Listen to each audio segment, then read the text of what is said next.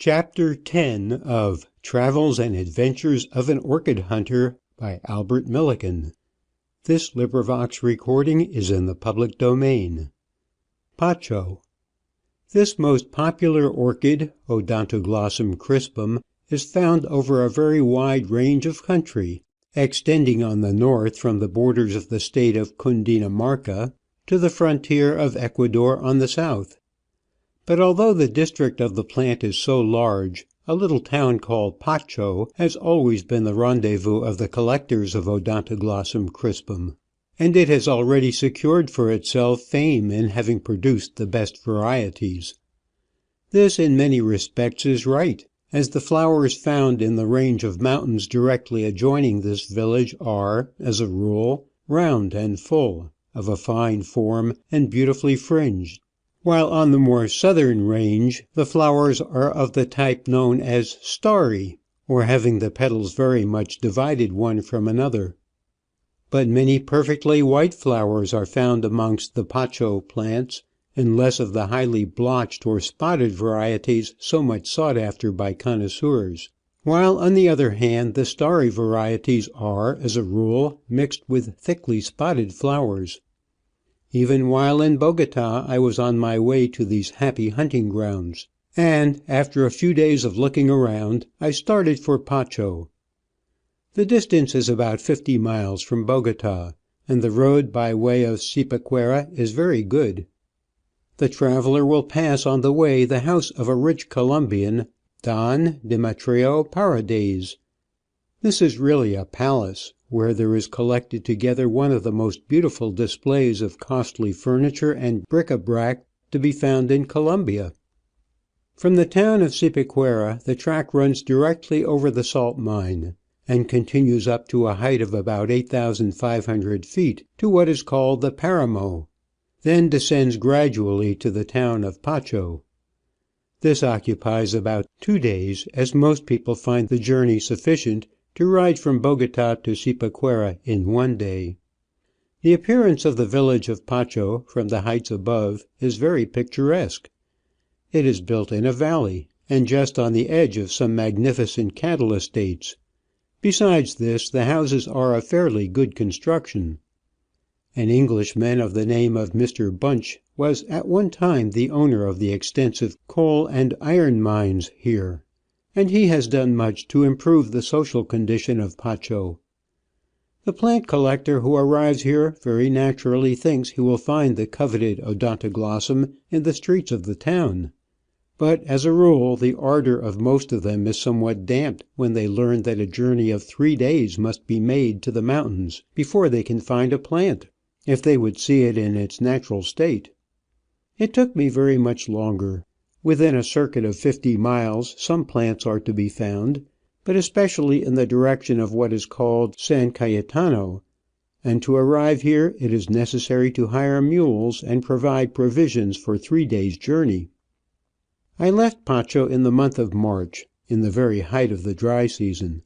I was delighted to get away, as the facilities for living in Pacho are very bad, although always better than in the mountains. On the way from the town we passed the iron works. These are very important for Colombia, there being only 2 mines worked in the whole country. Here the labour is done by natives, superintended by a few Englishmen.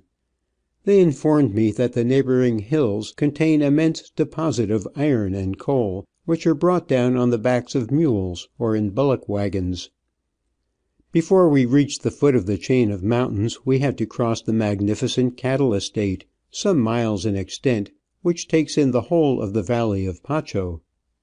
The land is very fertile, besides having an excellent climate and an abundance of water. We were not long in taking to the mountain track. The huge peak almost awed us as we looked up to it, towering above us to a height of 2,000 feet, and as we ascended the scenery took the most fantastic form. Immense boulders of incalculable height seemed to have been torn from their position and stood on edge.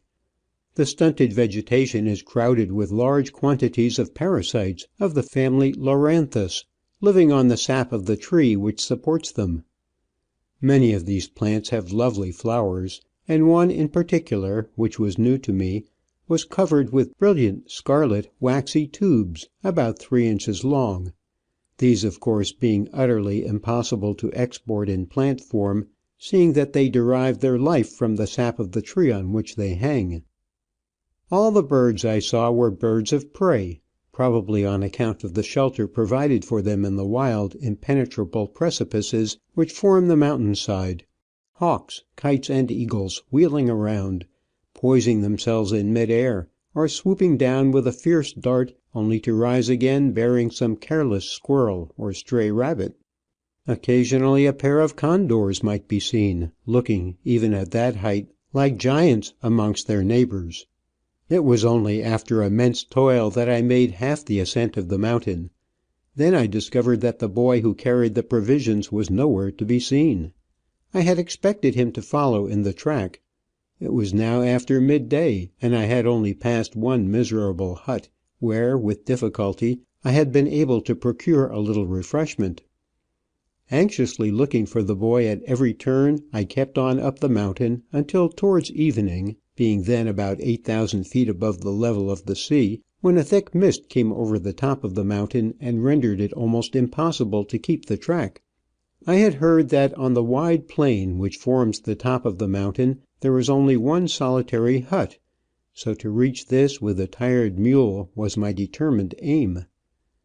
The conflicting tracks which intersect each other across the vast plain made progress doubly difficult.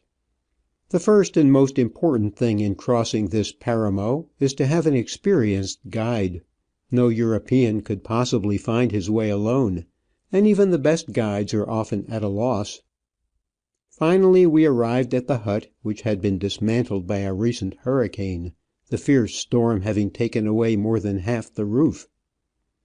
The cold was intense, near freezing. The inhabitants of the hut were a family of the poorest Indians, and although the only resources I could see were a few potatoes, their hospitality and good nature were scarcely credible. Having only brought the clothing with me which I used in the lowlands, I suffered very much from the cold. Almost the only vegetation found here is a large edelweiss, which covers acres of the top of the Paramo. It is a plant growing about a yard high, the leaves, stems and flowers being entirely enveloped in a woolly substance, probably to protect it from the cold.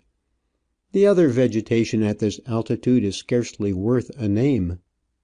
Sometimes hail falls in large quantities, and nothing seems to give much result under cultivation except potatoes. Of these the natives grow enough for their subsistence from one season to another. My first night, passed at a height of 12,000 feet above the level of the sea, was miserable enough, on account of the cold and the swarms of vermin. I was glad to get away early in the morning, although I had every reason to be grateful to the hospitable Indians who, knowing that our provisions were lost on the way, gave us largely of their own little resources. In various parts of the Paramo I met with 3 birds which I was surprised to find. The first, a tiny hummingbird, Steganura underwoodii, with the feet enveloped in tufts of white down, like miniature stockings, and 2 fine feathers in the tail, longer than the rest, which finish by widening out at the end into a piece about the size of a silver 3d. The second was a hummingbird usually met with in the lower lands, feeding on the flowers of Datura depressa. Its bill seems to have grown with its necessity to reach the honey in the extremity of the long tubed flowers. The bill of this extraordinary little mite is about 2 inches long, and of the thickness of a darning needle, being quite half an inch longer than the body. This variety of hummingbird is known to naturalists as the Docimastes ensiferus. The third was a bird about the size of a starling, gaudily coloured, the upper part of the body black, the breast a brilliant scarlet, while a streak of rich blue ornaments each wing, and as the bird flits across the plain with a springing motion, the alternate blue and scarlet makes a pretty effect. This I judge to be the Poecilothraupis lunulata.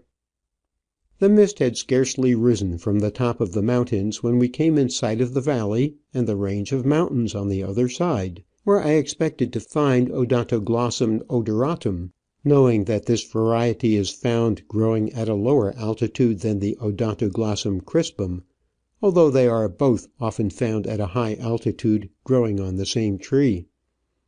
By evening we had made the descent of the tortuous path to the village of San Cayetano, most of the journey being made in a blinding rain. This village is situated on the very edge of the Odontoglossum forests. I expected to find someone here who would help me to get plants in the woods, but the people were too indolent for me to persuade them to work for wages, so I rested here for the night, and then kept on the journey further into the woods to a place called El Orchiz. I was told here I could find people who would be willing to work in the mountains. We had scarcely entered the forest on this side of the mountain when I remarked a difference from anything I had seen before. The trees here were so grown together that they made a thick wood, while every branch and trunk was laden with a heavy coat of trailing lichen, perfectly dripping with water, so much so that, riding under them, our clothes were quickly wet through. In these natural reservoirs the Odontoglossums find their home at an altitude of from 7,000 to 8,000 feet above the sea, with a temperature which often falls as low in the night as 50° Fahrenheit, and I have never seen the thermometer rise above 59 Fahrenheit at midday.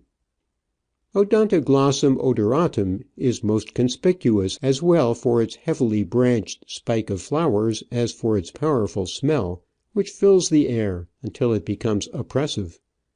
The plants are almost hidden from sight in the trailing mass of lichen, and when they are not in flower they are difficult to find. I arrived at night at the hut called El Orchiz after a toilsome ride, but the whole journey had been made through a wealth of orchids. Being informed by the natives that the Odontoglossum crispum had all been taken away from here, leaving only the Odontoglossum odoratum, I was obliged to continue my journey over the top of the mountain range, along a track which is too bad to describe, but at the same time the scenery is very beautiful. After 3 days' journey, passing on the way a lovely valley rich with patches of sugar cane and maize, and also a small village called Buena Vista, I struck into the forest in the direction of the emerald mine. Here, at an altitude of about 8,500 feet above the sea level, I found an abundance of plants, their magnificent spikes of flower looking doubly beautiful hanging from the branches of the trees, some high up out of reach of the native climbers, and others so low as to be easily pulled off by hand. My next consideration was to muster a company of natives sufficient to enable me to secure a quantity of the mountain treasures I had come so far to seek. These natives I engaged to the number of about 30 in the nearest village, called Maripi. Here also we found sufficient provisions for about a week. These were taken on the backs of mules to the edge of the forest, and then each man was supplied with his pack to carry through the forest to where we intended to make our camp, away on the edge of a mountain stream. The journey with the provisions took us 2 days, and on arriving at the site of our proposed camp we lost no time in constructing a rude hut, which served to shelter us for the first night, and which we eventually improved sufficiently to afford us protection for about a month. In those immense forests, where a few acres of clearing is considered a great benefit, and where clearings made, if not attended to, become forests again in 3 years, cutting down a few thousands of trees is no serious injury. So I provided my natives with axes and started them out on the work of cutting down all the trees containing valuable orchids, and although for the first day or two they were very much given to mistake a clump of Bromeliaceae or Maxillaria for Odontoglossum crispum, they soon became adepts at plant collecting, and would bring to our camp several hundreds of plants each night, with occasionally a few Odontoglossum odoratum and Odontoglossum corrodinii mixed amongst them. After about 2 months' work we had secured about 10,000 plants, cutting down to obtain these some 4,000 trees, moving our camp as the plants became exhausted in the vicinity. Our next consideration was how to transport these plants to where sawn wood could be obtained. First they had to be taken to the edge of the forest on men's backs, and even then we were 5 days' journey from the town of Pacho, where it is usual to make the boxes to pack the orchids in for shipment to England. We got over our difficulty by making about 40 capacious baskets of thin sticks cut in the forest. In these we packed all the plants and carried them on the backs of bullocks to Pacho, where they were quickly placed in strong wooden cases, being still 10 days' journey from the coast. From here mules are employed to travel with them to the banks of the Magdalena River, and from there the steamboats quickly transport them to the coastal town. From the little village called Maripi, the celebrated emerald mines of Muzo may be reached by about 2 days' riding on mules. Probably very few people accustomed to see those lovely gems in their cut and mounted state have any idea of the difficulties to be undergone by those who would traverse this part of the Andes where the emerald mines are situated.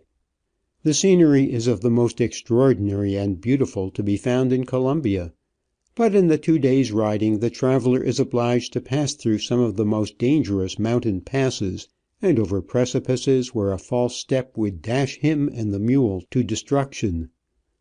On arriving in the vicinity of the mines, the general appearance of the place would give one the idea that it was an extinct volcano, but the emeralds are found in the bottom of the crater. The piece of ground now being worked is surrounded by high mountains in a circle, giving it the form of a basin. All accounts of the exact date of the discovery of these mines seem to be somewhat faulty, although it is certain that they were known to the early Indians, for some emeralds have been found in the graves of Indians, who must have been buried long before the conquest of the country by the Spaniards. The present system of working the mines has been employed about 100 years. The mines are now the property of the government of Colombia, who rent them to a company who employ 5 or 6 overseers and about 400 native workmen. The means used for working the mines are very primitive, but they yield every year a very large amount of precious stones, which are immediately shipped to Europe. The bank of rock in which the precious crystals are found is more than 1,000 feet high, formed of black shale veined with pyrites of iron. Very few emeralds are found in the black stone, but by cutting down the face of the immense precipice, veins of white stone, calcite, a crystallized form of carbonate of lime, are uncovered in these veins. The emeralds are sometimes embedded and sometimes found in hollow cavities. The work of cutting down the side of the rock is done by the natives, their most powerful implement being a crowbar. A piece of rock about 1 yard wide is taken, the whole length of the mine, on the top.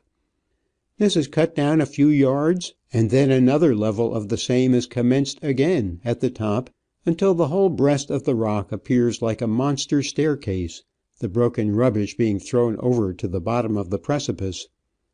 On an opposite bank from where the emeralds are taken out, a stream of water is kept by means of sluices in a reservoir, and, as the sluices are opened every quarter of an hour, the water is allowed to rush down the rocks with great force, clearing away with the torrent all the broken stone thrown down by the miners since the last discharge. The Colombian gentlemen who live here in charge of the workmen are among the most hospitable I have ever met, and whatever traveller chances to stray that way may be sure of a welcome from the emerald miners who live in this mountain fastness, sometimes for a whole year, without making a journey to the adjoining towns.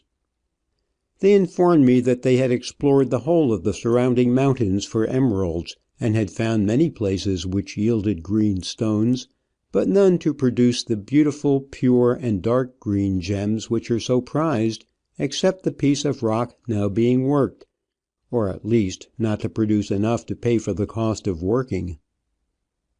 The next place of interest in the neighbourhood is the village called La Palma.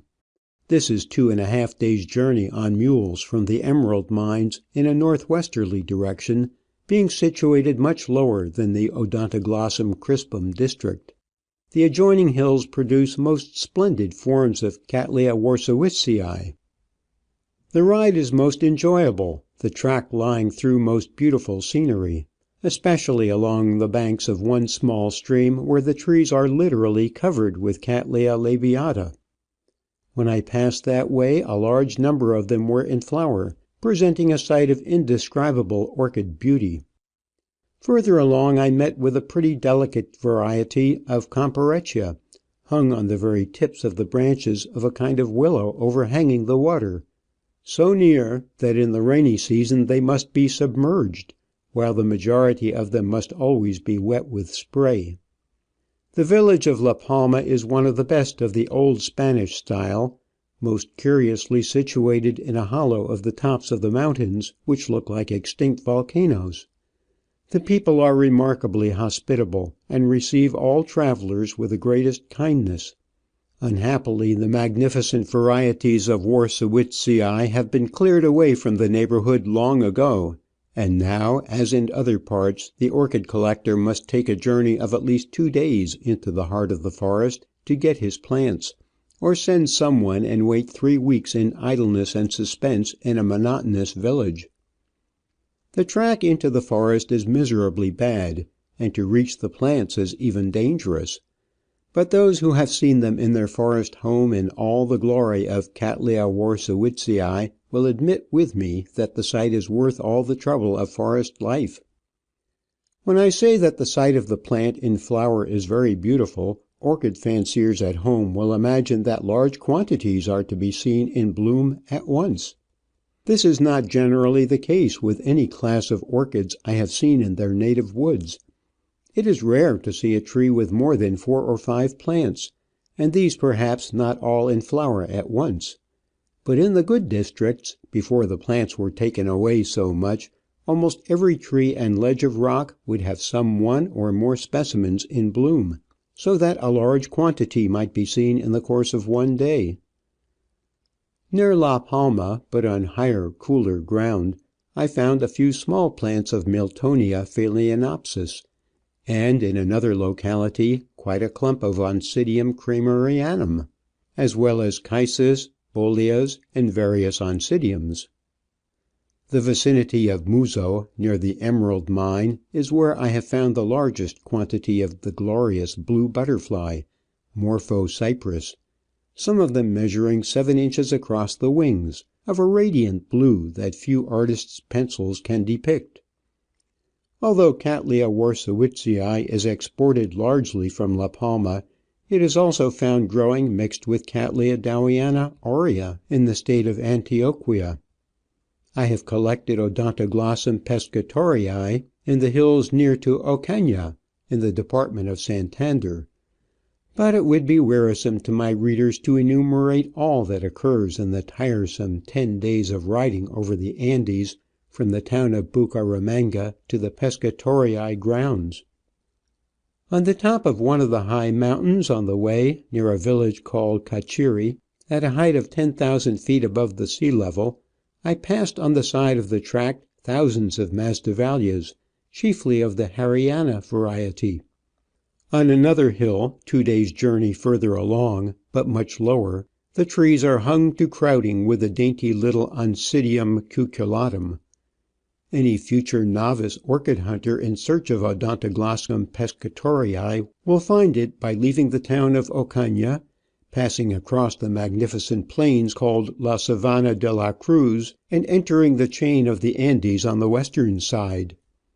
Here, amongst the matted, moss-grown vegetation, pescatorii is growing side by side with Odontoglossum triumphans, while the creeping rhizomes of Odontoglossum coronarium cover the roots of the same trees, and I have seen the curious Anguloa Clausi and the pretty Adda aurantiaca here as well, while in the cooler parts that choice little Odontoglossum blandum grows in profusion, in a peculiar mist which reminds one of a continual Turkish bath.